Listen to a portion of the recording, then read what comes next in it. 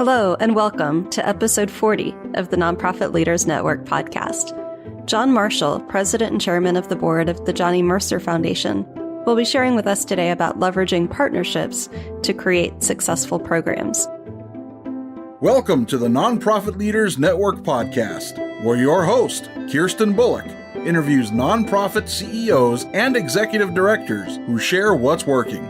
Show notes can be found at nonprofitleadersnetwork.com. Please add the podcast to your favorite RSS feed or iTunes. Now, let's get on with the show. Hi, John. Thanks so much for joining us today. Hi, Kirsten. It's good to talk to you today as well. Thanks. We really appreciate your taking the time. John has served as treasurer and is now president and chairman of the board of directors of the Johnny Mercer Foundation. He served 5 years as a member of the City of Atlanta Board of Ethics and was its chair during the last 3 years of his service. He was also a member of the President's Advisory Board at Clemson University for 6 years. John served as the university attorney at Georgia State University for 31 years and is a founding member of the Principal One Consulting Group, LLC, an entity that focuses on liability and management issues in educational institutions and nonprofits. You can read John Marshall's full bio on the podcast page at nonprofitleadersnetwork.com. John, to kick us off today, could you share a few words with us about Johnny Mercer and then go in a little bit into how the foundation got started and kind of where you're at today? I'd be delighted to do that. And a lot of folks today, sadly, don't know who Johnny Mercer was. And part of the goal of our foundation is to sort of help change that. But Mercer was probably the foremost songwriter of the 1940s and again a little bit through the 50s and early 60s. He wrote over 1,100 songs. He was a collaborator on many of them, collaborated with a number of folks, Harold Arlen, Henry Mancini, and others, and wrote songs such as Hooray for Hollywood, Moon River, Satin Doll, just a number of songs that people today would know and are still being recorded today. Songs like Accentuate the Positive and Too Marvelous for Words. These are songs that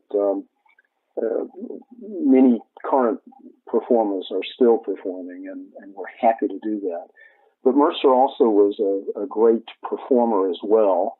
At one point in the 1940s, he had, I believe, 4 songs in the top 10 on the Billboard Top 40 as a performer. Some he wrote and some he sang that others had written, and was also a mentor and had helped shape the careers of people like Nat King Cole, Margaret Whiting, and a number of songwriters like people like Ray Evans and folks, Alan Bergman and others who've written a lot of music that people know today, though they often don't know who the songwriter was. He also founded Capitol Records, and Capitol Records still a force today. But he established that to sort of give songwriters and performers a better opportunity to perform their music and perform the types of music they wanted to, and really made some significant progress for singers and songwriters with the founding of that organization. The foundation was created by his widow, and the purpose was to sort of help keep his memory alive. And when it was created originally, the foundation mostly gave to designated charities, and some of those designated charities we still give to today.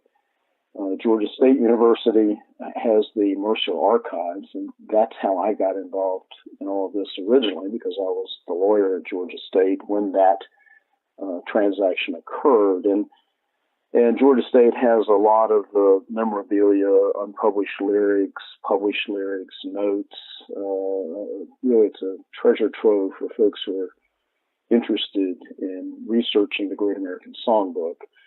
That was and still is a designated charity, and a couple of the others that are still in existence as far as our support are things like the Braille Choir of Los Angeles, Children's Hospital of Los Angeles, UCLA's Cancer Research under the title of Art of the Brain, And so those have been entities that we've supported for a number of years. About 8 or 9 years ago, the foundation started to change its focus away from just supporting designated charities to trying to create programs and initiatives that would sort of support the real interests of Mercer, which were songwriting and mentoring and educating children. So we developed a number of programs, partnerships with other organizations or individuals that have allowed us to do that. And I think we've been, for a small foundation with one part-time executive director and 14 board members, pretty successful. Wow, it sounds like there's a lot of interesting things there that we could explore. Yes, I hope so. And how long have you been involved with the Johnny Mercer Foundation? First got involved sometime around 2001 as a member of the board. Again, I had a relationship with them, as I mentioned earlier, because of the donation to Georgia State University, but on the board since 2001. And I've been chair since, I believe, 2009 or 10. So it sounds like there was a pretty big shift in your purpose 8 or 9 years ago. Yes, and we had some new folks come on the board, some folks go off the board, and we started looking at, as often happens when people come and go on boards, we started looking at, what are we trying to do, and is what we're doing trying to meet that goal, or is it succeeding in meeting that goal? And so we started to do things a little differently.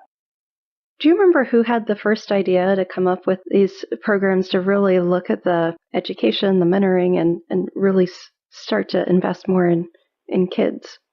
Did that just come up organically, or was there a committee that was charged with? Well, it was sort of a combination. There was sort of a sense on the board that we needed to come up with a more clearly defined mission statement and then try to focus our activities to accomplish that mission. And we did have a committee working on developing the mission statement. Because we're so small, there was a lot of input probably from most all of the board members. And then a few of these activities, just various board members had some ideas.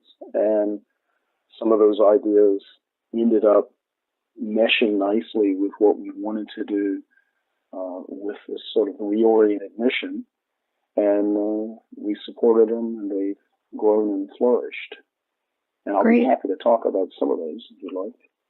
Well, thinking it through the dynamics of it, a lot of times when a shift happens, there's pushback or people get angry. There can be a lot of emotions around that type of thing. Did you experience any of that, or was it pretty smooth? We did. And again, I think it's inevitable as change occurs that there are going to be people who question the change for a variety of reasons. One, we've never done this before, or this is the way we've always done it sort of attitude. And it also was going to require more individual commitment on a lot of individual board members. And so there was some pushback. We had a member of the board who's not on the board anymore, but who was good at doing work in the private sector, sort of working with corporate boards to try to get them to function better, and corporate management teams. And he did a little seminar or two for our board, which was, I think, very helpful in getting us through that transition of our activities. Mm-hmm. And so as you shifted, you mentioned before we started recording that you have a part-time executive director who's based in Canada, and the rest of the work is done mostly by board members.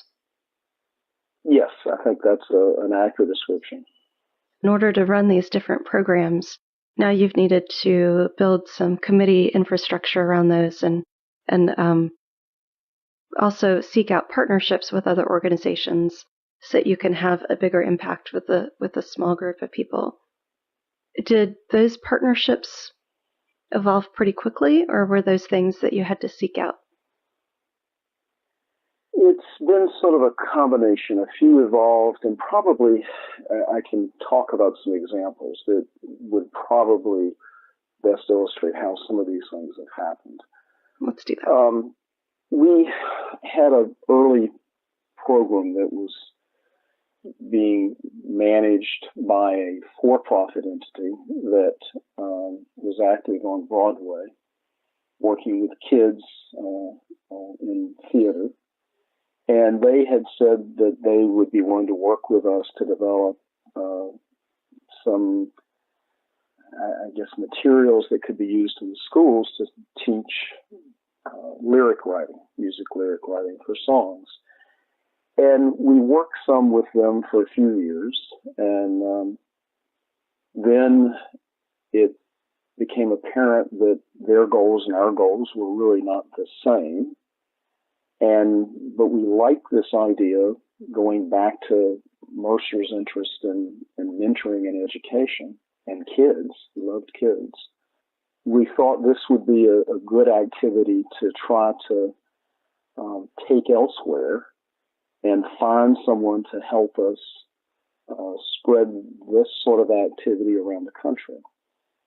And two things happened. One was sort of serendipitous, and the other was because of contacts of one of our board members. The serendipitous part was that an individual who had done the work for this other organization in helping put together the early materials for what has now become what we call our Accentuate the Positive program.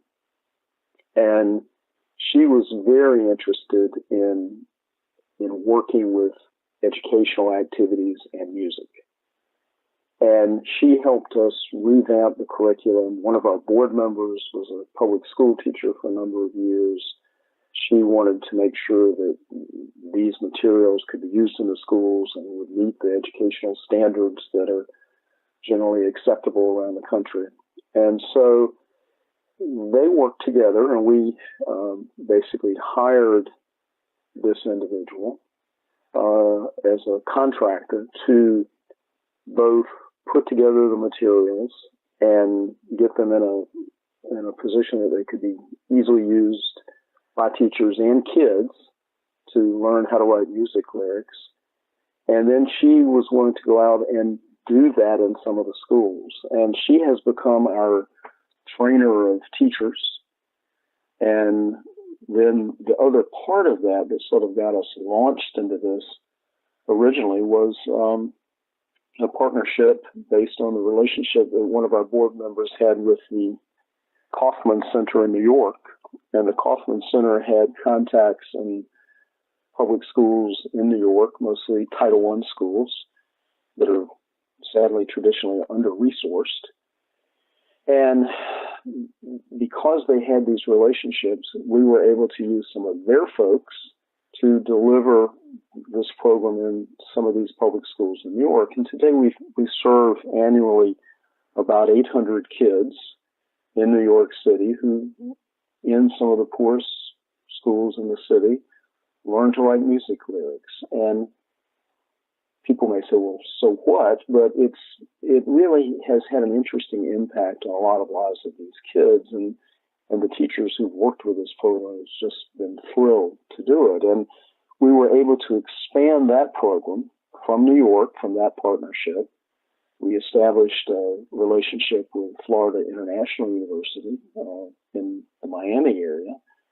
And we now deliver the same program to somewhere in the neighborhood of 20,000 students in the Miami-Dade County school system.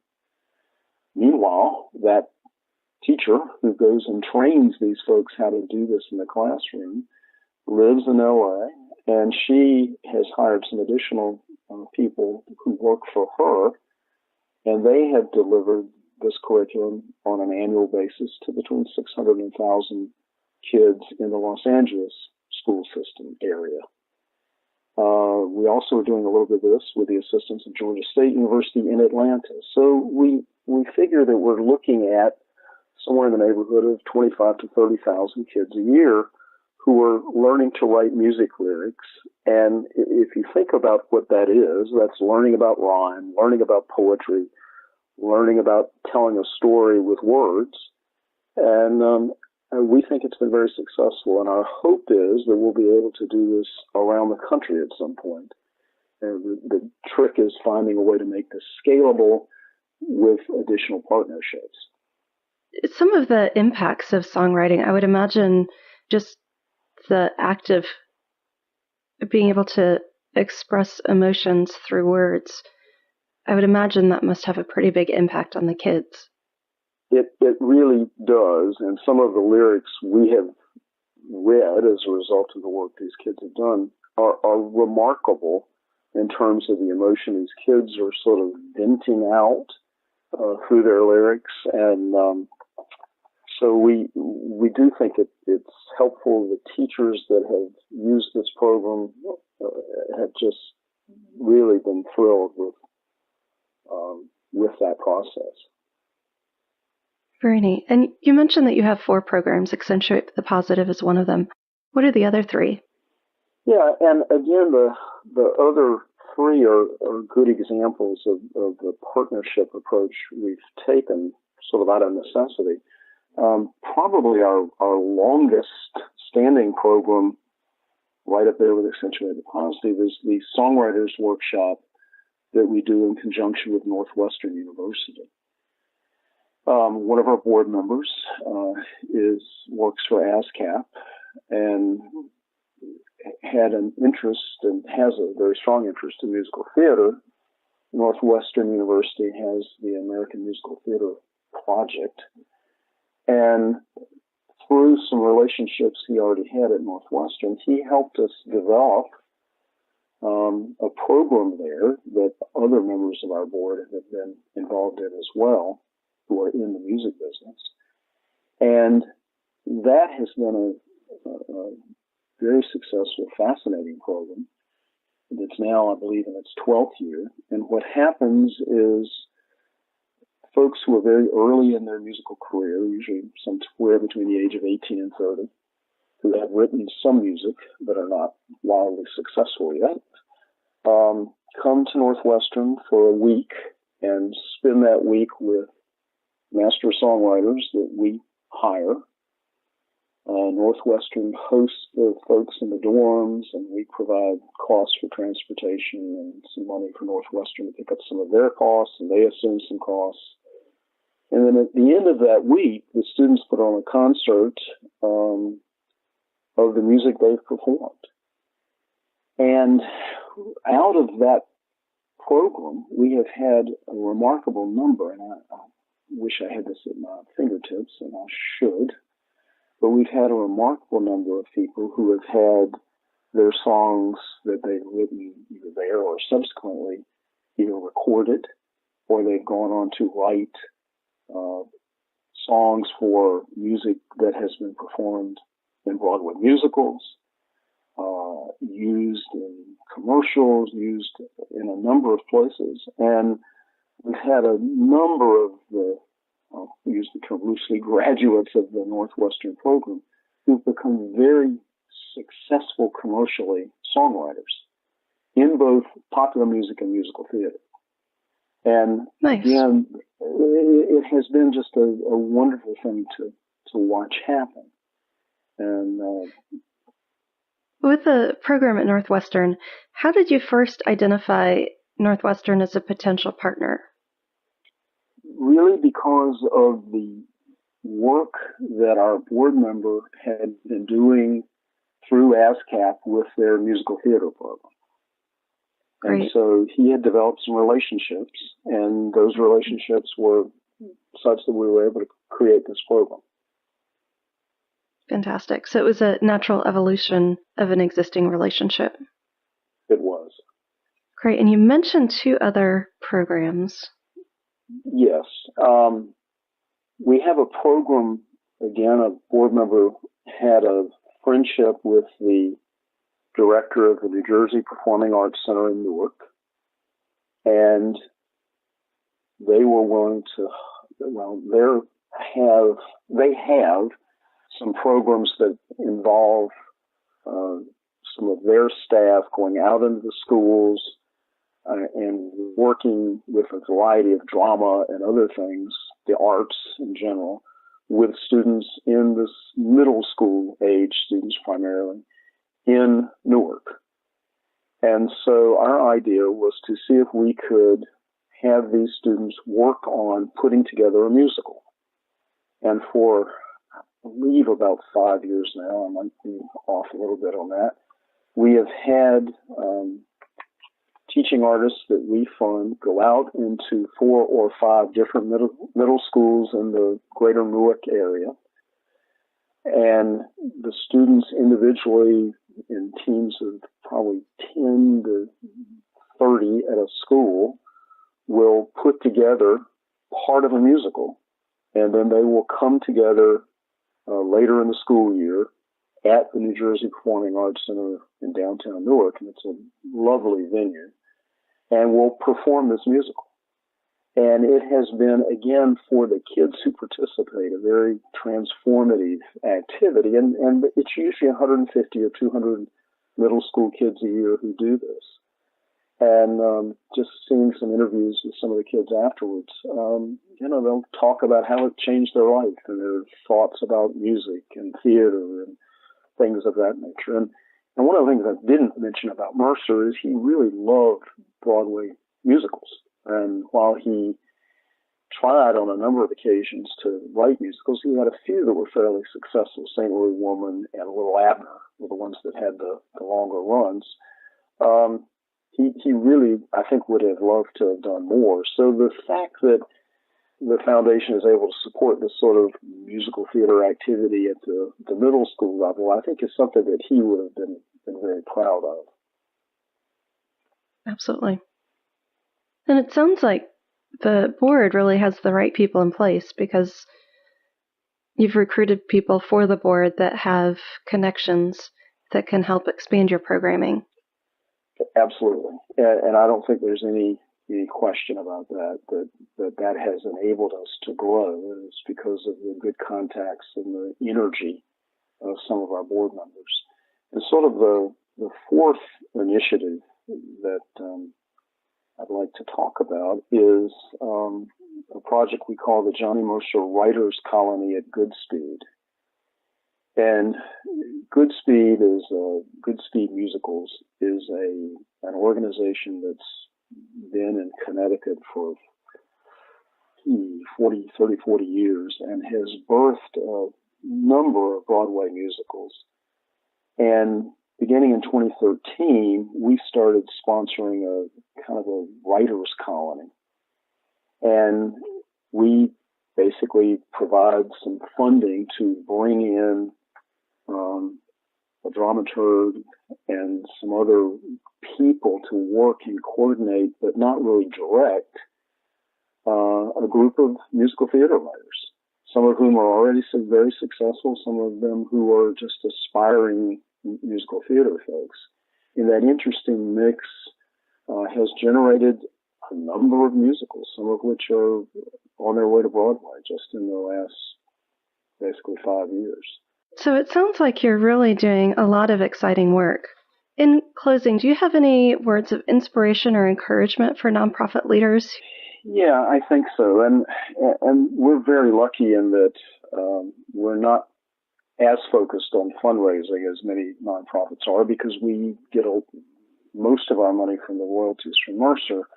We're starting to change a little bit because copyrights being what they are, they will run out. And we are now focusing a little bit on fundraising. But what has enabled our programmatic activities to be successful is the energy of our board members and the willingness, I think, to sort of turn them loose, to come back with ideas.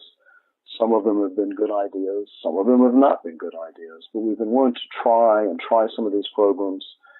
And we've had pretty good hit rate, I think, on the ones that have been successful. And the 4 I mentioned are some of those that we didn't know at the beginning whether they would be, but they've turned out to be very successful because of the energy and efforts of individual board members and the willingness to work with other organizations. And for a small foundation like ours, That's critical. There's no way that any of us can give enough individual time to do the work that's necessary to put these programs on. But if you find a partner, like a university, ideally, or some other nonprofit organization that has a goal that's compatible with your goals, then I think it makes great sense to do that partnership, because it can help you, even though you may not get the sole credit for the activity.